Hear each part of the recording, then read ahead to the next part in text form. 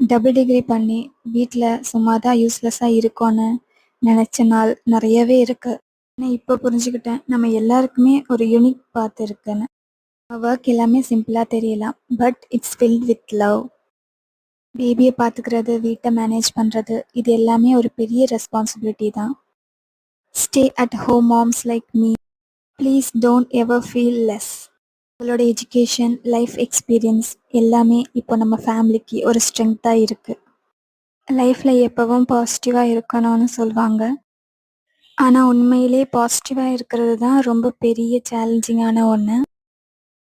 நானும் நெறைய டைம்ல பாசிட்டிவா இருக்கணும்னு சொல்லிட்டு ரொம்ப ஹார்டா ட்ரை பண்ணுவேன். ஆனா சம்டைம்ஸ் தான் அது ஒர்க் ஆகும்.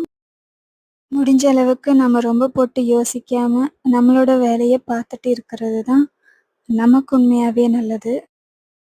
உங்களுக்கும் இது மாதிரி இருந்தா நம்ம ஜர்னி சேம்னு சொல்லிக்கலாம்.